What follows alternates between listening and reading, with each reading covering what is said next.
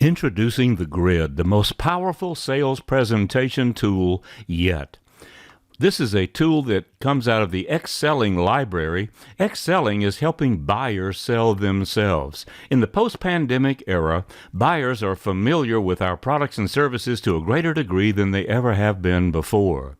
Buyers are more sophisticated than ever. Most buyers are better at buying than salespeople are at selling, and some buyers are even better at selling than salespeople are.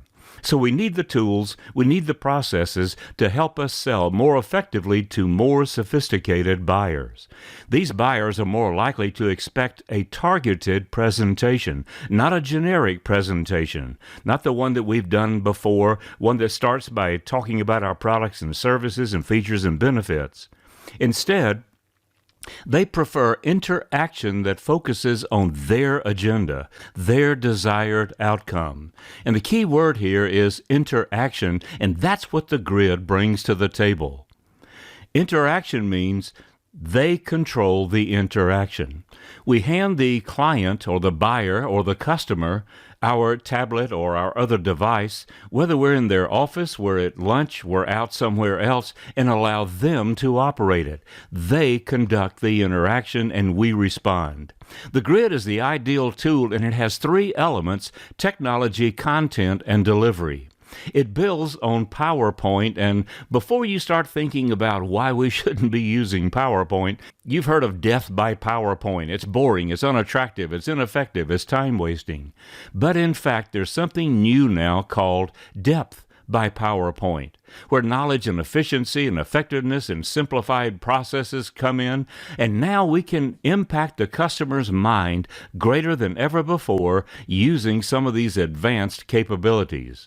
And the Grid is one of those. We're going to use a grid to talk about the Grid. The Grid looks something like this. In this particular grid, we have 4 images: technology, content, and delivery, which we just discussed, and a final one, get started. You ask your buyer, your prospect, your client to use their finger or their mouse to click on one of the images. So we'll take these in order just as we had in our presentation, and we'll start with technology. You'll notice that the image goes full screen. And now all we have to do is start following the slides that follow this particular category. In technology, we want to look at how we can take technology and the capabilities of technology that are already at our fingertips to the next level. So first of all, you'll want to learn to build a grid. The way you can do this most effectively, the way most people do, is to go to YouTube and in the search engine type in PowerPoint Slide Zoom, PowerPoint Zoom. As long as the words PowerPoint and Zoom are in there, it'll probably bring up a tutorial. You'll want to separate your slide deck into meaningful sections. So the sections that I have here are based on what we're going to be talking about, but maybe you'll want to have a quality section, innovation, features, testimonials. It's unlimited. You can have as many as you like or as few as you like, but they're meaningful so that you can discuss these things with the buyer. If quality is important to the buyer, they will click on quality. The Grid can follow introductory slides just as we did here. You don't have to start your presentation with a grid. The Grid can be further into your presentation. One section can be used and needs to be used for closing, so that when we're engaging the customer, we remember, why don't we ask for the order? Why don't we do what we need to do to bring the sale to closure? There are some advanced capabilities of this system that we won't go into right now, but understand there are subsections and add-ins, and what we're doing here is just introducing the capability. The next one we will look at is content. The content in a grid presentation is different from what we would use in a face-to-face or typical presentation. The content has to be modified to make the best use of PowerPoint. So we're going to follow the PowerPoint best practices. These are updated regularly. So if you haven't looked at improving your PowerPoint skills and editing recently, you want to go back and do that. And of course, YouTube is the place for that. For instance, PowerPoint should be in bullets so that the information comes up in small bites, it's animated, and it's relevant. The sections that you develop should address the most common issues you know you're going to face when you're in front of a customer or a prospect. And they are the best possible tool for the complex issues. You can use charts and graphs and videos and other things to explain complex issues in easier to understand terms. In your grid, you want to have talking points, or in your PowerPoint, you want to have talking points, not the details. Keep it simple. The fewer the words, the better. Graphics and charts and all kinds of information can be included, and you can use media in short bursts. In other words, don't put a long video into one of your slides, but make one that's 3 minutes or less. You'll notice that as I complete each section, we go right back to the grid. The next category is delivery. How are you going to deliver your message using the grid? Presentation skills have changed significantly for people who are successful making presentations either in person or virtually. As the most powerful tool yet for presentations, we want to look at how we're going to deliver a great presentation with the grid.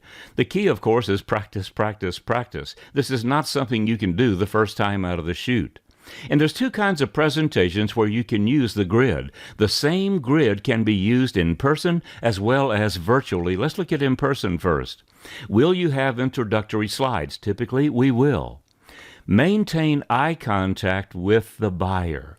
Don't let the technology become the show, where the two of you are both looking at the tablet or looking at the computer. Maintain eye contact with them. Even if they are looking at the tablet, watch them, read the body language, observe their eyes. What are they looking at? What are they looking for? Make sure that your device is easily viewed by the buyer. Don't make it easy for you to negotiate. Make it easy for them to negotiate. And once you've gone through the grid, or each element in the grid, ask the question, did I or did we cover that sufficiently? Did I or did we cover that sufficiently? Let's look at how you would use the grid in a virtual presentation.